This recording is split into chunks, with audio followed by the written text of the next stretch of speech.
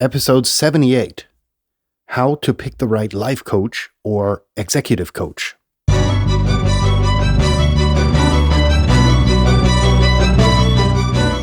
You're listening to the very best podcast in the world on health, wealth, and happiness. Please remember to leave a review and share with all your friends and family. And here is your host, Lars Hilser.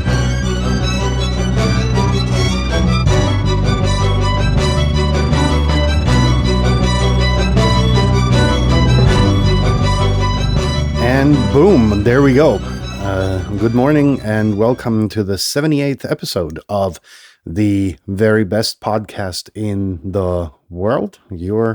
And the only one in the universe source for personal supremacy through health, wealth, and happiness. Those of you who haven't really taken the time to read the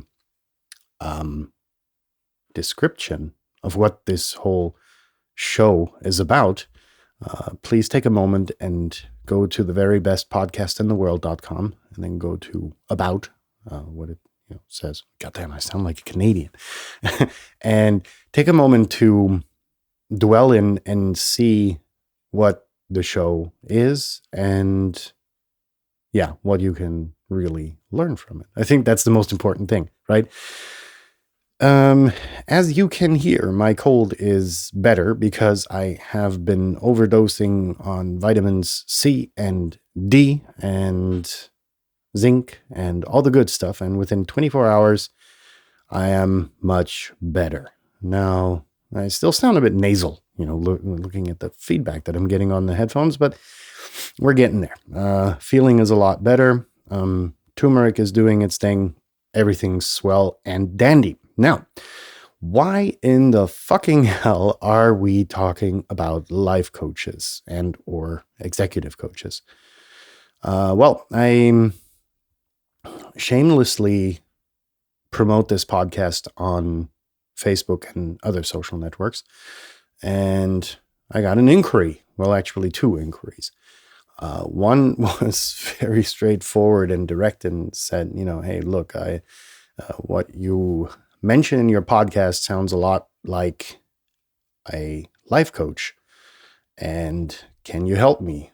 I have these, those, and the other issues that I need, to overcome. And a very interesting conversation developed, really. And, two people actually asked me on the same day on a remark that I made on another comment, how can you help? What do you do for a living? And well, it actually crystallized later that, the avid listener will have kind of, not overheard that I did work as a personal coach for quite wealthy people and a lot of times their siblings, and help them to excel in life and to focus and to, get distractions out of their life, particularly with the siblings, not to be too, verbose and envy porn ridden and so on and so forth, to educate them in a more modest lifestyle. Then, it's like rich kids blow the money of their parents, and sometimes the parents just don't give a flying fuck. Others really do because, they want to keep them on a monetarily, financially short leash so that they, actually have to make their own money and their own way in life. And I prefer that because it strengthens the personality significantly, but it occasionally leads to your children running apeshit because they feel, underprivileged if you don't buy them the new Ferrari for their 16th birthday, which has actually happened.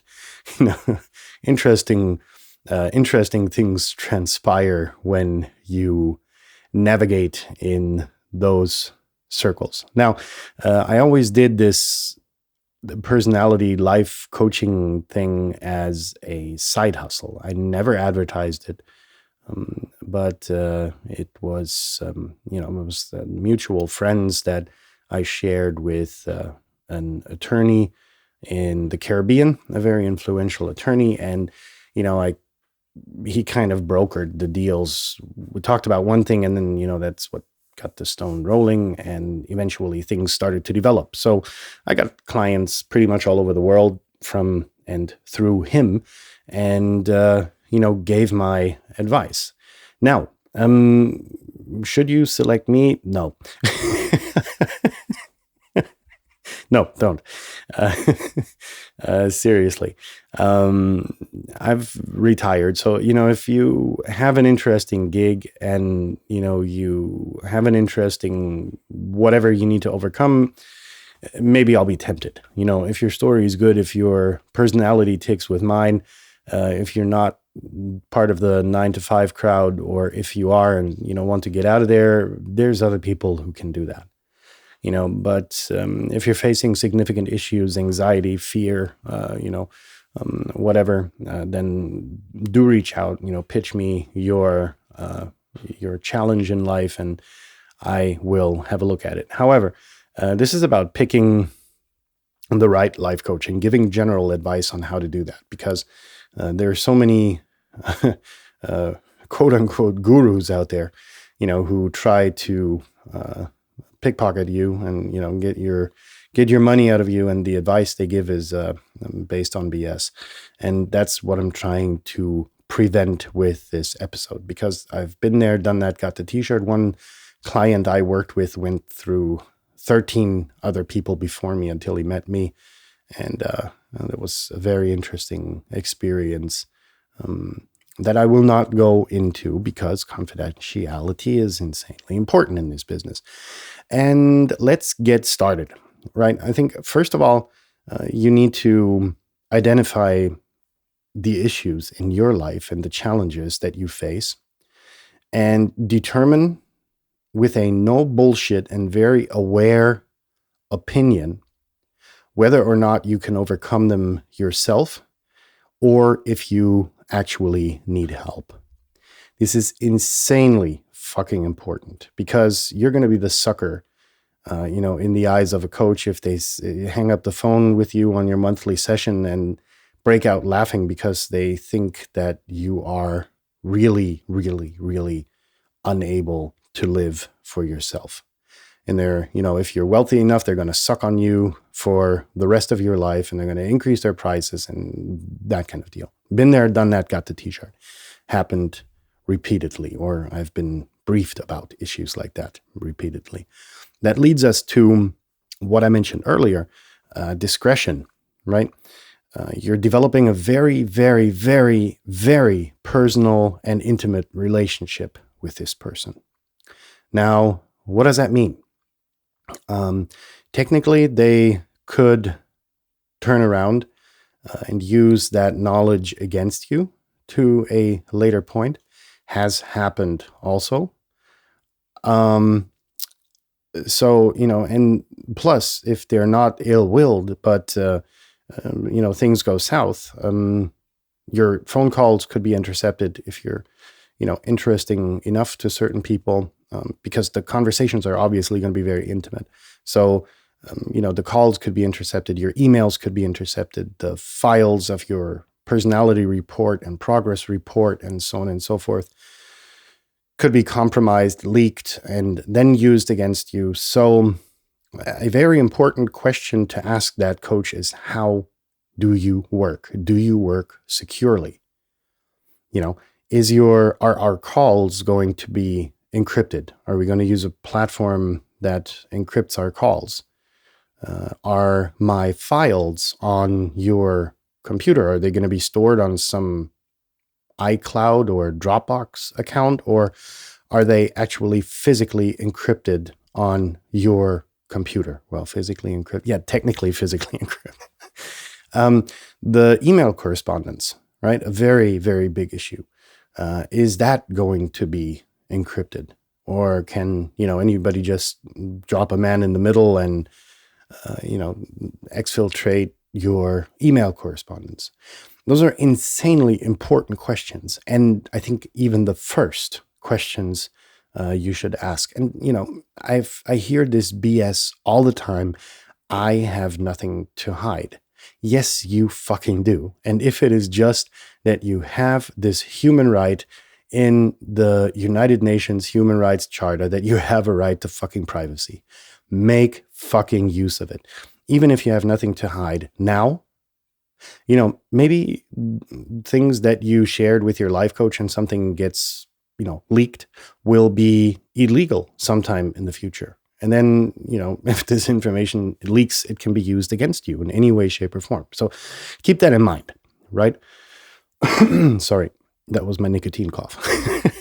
So, next important question for yourself is, do you tick? And are you on the same wavelength with the coach, right? You're going to hear this in your introductory call and you're going to feel it, right? And I'm explicitly mentioning calls because that's obviously how the trait goes nowadays. I was always on a plane to somewhere and then spent a few weeks with the client, did very intensive on-location work, and then we kind of went ahead and actually called and, whether there were adjustments, but I frequently visited the clients. Obviously, from what I've read, that's nowadays a no-no. Yeah, okay, we've got the Rona, so that makes it very difficult. But I think if you're serious about it, there's actually ways to circumvent even the Rona regulations, right? Which change daily or hourly even in some countries, right? Goes to say, you can only get a certain amount, you can only assess a certain amount of personality from the coach when you don't see and experience them live. I mentioned that in, another episode where I went into the meaningful things are invisible to the eye. And the smell counts. Do you just tick with a person, right? With your coach? Are you, the dream team? And is there the right feeling, the right wavelength? It's something very difficult to convey over the phone or, even over video meeting platforms, right? Now, another thing you don't want really is a psychologist. And let me tell you why. When giving life advice, psychologists are usually very, technical, theoretical. That's the word I'm looking for, right? And when you want to tackle challenges that life presents you, you want somebody that's very much in touch with their practical and spiritual sides, right? Because that's just how things are. That's how problems are. You can talk about them and the psychologist can take notes of them and, try to analyze it until death do you part. But it's not going to change the situation, right? You need a practical person, but you also need the spiritual side because what you do is going to affect you spiritually. Maybe, normally in a positive way, but on the way to the positive result, you're going to go through some negative shitholes, working on the challenges in your life. And so you want somebody that's in touch with their spiritual and emotional side to give you guidance also in those kind of issues that will catch you when you're falling into these negative shitholes on your way to the positive outcome of that, whatever it is, your challenge, right? Looking for an alternative personality, and I mean with this like a nonconformist, somebody that's different in their appearance, the way they speak, the way they engage, is usually something good. Because what you normally come across is your, what is it? The IFC, I think sounds like the WWF, I think it's the International Federation of Coaches or something like the ICF, whatever. And they've got this long list of credentials and, whatever hours they have spent on training. But the fact is that they are not going to be well traveled with tremendous amounts of access to many different cultures, helping understand the global picture, really. Um, they won't have a lot of experience in a variety of fields, simply because they were so fucking busy, cramming for their certificates, right? And so again, I'm coming back to the psychologist. You want somebody practical that can practically help you solve issues in your life. Period. I think enough said. It's like, yeah, it's like that. Another very important thing is for you to ask the coach what plan and method this coach applies, right? And have them lay it out to you. How are we going to get to our goal that we set, right? What's the progress? What's the timeline? What's the progress? What are your instruments that you're going to use? And how am I going to know that I'm making progress? This is usually done by feedback that you get in form of, papers and pre-designed kind of templates, on where, you make certain amounts of progress. That's at least how I worked. And another very important thing to look at is whether or not this coach does shitloads of marketing. And you're going to be like, well, yeah, if they can afford good and glamorous marketing, no. Shut up, bitch. and here's the thing. Coaching is an insanely personal thing. And there is only so many hours to the day. And, coaches are anything but superhuman, which means that they only have a certain amount of time budget per day that they can invest.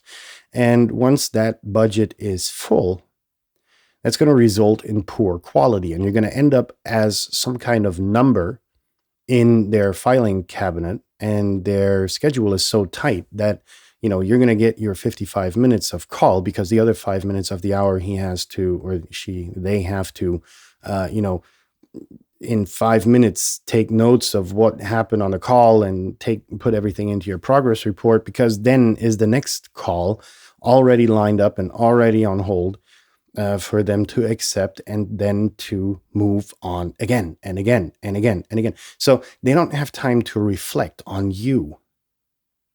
And it's insanely important, getting back to the intimate relationship part, right? That you're building with this person. So that's a very important indicator to look for, and also to ask, how many clients do you have? And if they, start boasting at you, I have, 100 clients, do your math and think what is realistic. Let's say you have in your package, you've got 2 calls per month, or let's say 4 calls a month, right? So you're a client. So the workday has about 8 hours, 10 if you push it. But the dude's got to eat. The dude's got to shit. The dude's got to work out. The dude's got to attend to his family, and so on. So, let's be fair and say 6 hours per day, right? That's times 5 because they don't work on Saturdays and Sundays. 6 times 5 is 30. So boom, 30 clients a week, and that's what you can handle. And that's actually it, period. That is fucking it. If they say, I have 100 clients, that should set off, the warning sign in your head, the warning signal in your head, the ham horn going like, wow, wow. That dude's out. Because yeah, you can optimize things and so on. But again, they're going to be so busy optimizing the way they work. And that's actually going to be insanely difficult for them to actually pay attention to you, right? And that's what you want. You want, at least in part, for them to understand your problems, for them to have a time of day when they can reflect on your problems and actually help you work on practical solutions for overcoming your challenges. That's fucking the point of this entire operation. And if they have too many clients, then run away, right? Now, I mentioned packages, and that's something which a lot of coaches do. Whether or not you want to sign up for those, totally up to you, totally up to your personal feeling about the personality of the coach. And these packages usually include one-on-one sessions, which are either in person or phone. They will, have email and text support issues. Sorry, email and text messaging support for your, very important things that come up when you need immediate help. Then you have the homework kind of thing, where you get assignments to work on yourself and then to report back in the next call and report about how you did. Then you have, as needed, very important calls coming through. They're going to do personality assessments and debriefings, and there's going to be journaling involved and goal tracking and accountability and that kind of thing. And it's totally up to you. What I would suggest, because some of those coaches require a long-term commitment of, let's say, 12 months. So you're going to be caught with them contractually for 12 months. And if they turn out to be an idiot after a month, you're going to be stuck paying them for 11 months more, right? And so that's very important to look into. Their argument is going to be, well, yeah, if you don't book these 12 months, you're not serious about changing yourself because we need that much time. Yeah, that's a valid argument to a degree. But if they don't have a get out of jail card in there that says, well, if I turn out, from a coach perspective, if I turn out to be an asshole, you're going to be able to walk away and we're going to talk about this and I'm going to let you out. Normally that doesn't happen, right? So you're going to be stuck paying them for another 11 months, even though, after the first month, they turn out to be a complete dick, right? And so that's something you have to be very comfortable with. You have to be comfortable with their personality. You have to be comfortable with their credentials. You have to be, if they tell you who their clients are, run the fuck away, right? Because again, this is insanely intimate. And if you know that, celebrity XYZ is the life coach client of your coach, I don't know if I want to work with that person, right? And so, yeah, but that's, me personally, right? And the last, and I think even most important thing is that the price should actually be irrelevant. And I know it's easy to say because I usually worked with high net worth individuals or very high net worth individuals. And those were interesting experiences. But, there's a lot of people out there that need to kind of pay attention to the money that they're going to spend. But, don't go to your discount supermarket life coach who offers, the least bang for the same buck. Don't do that. That's going to turn out to be a crappy experience in maybe a lot of cases. I haven't heard anything really to the contrary. There must be good people out there. But I'm not too sure. So don't make sure not to tie your selection or your pick on, the least expensive person. That's, find something in the middle. Or, if you have a very specific problem and there's somebody that can solve it for you because they're very experienced in the techniques that need to be applied, then choose that person, choose to work with that person. In that sense, that was my brain dump on life coaches and executive coaches. And I wasn't very picturesque because the individual challenges that everybody faces are so different that even the giving away the work environment would kind of influence you in your decision making. So take what I said, for all it's worth. It's based a lot on experiences that I've made. Again, this wasn't my main profession. This was a side hustle because I got the interest in the human mind along the way of my first life in the career, which was in the financial sector. And we had a lot of trainings in psychology and NLP and hypnosis and selling techniques, which essentially is the same thing. And that's where my curiosity in the human mind was born. And that's how I met this attorney who was looking for someone to solve a problem that, that the daughter of a client of his had. Was very traumatic. And I got flown in, and we actually solved the problem to a very great degree. Not entirely, because the emotional scarring of a situation like that is never going to go away. But I got the daughter to really, to a degree where she was able to live a very happy life after what had happened to her. And for a year, she was just, shut down about that. Anyhow, that's, personal. So, in that sense, please share this episode with your friends. If you find someone that needs a life coach, share this episode, because they should be very, very wary, very weary, very cautious about selecting them. If you have not subscribed to this podcast, shame on you. Do so now. It's available on pretty much all platforms. If you have questions or feedback or whatever it is at the end of the day, right? Write an email to the very best podcast in the world at gmail.com and have a successful day. Most importantly, without a cold. And if you have a cold, overdose on vitamin C, D, and zinc helps, really. Makes you feel all, energetic again.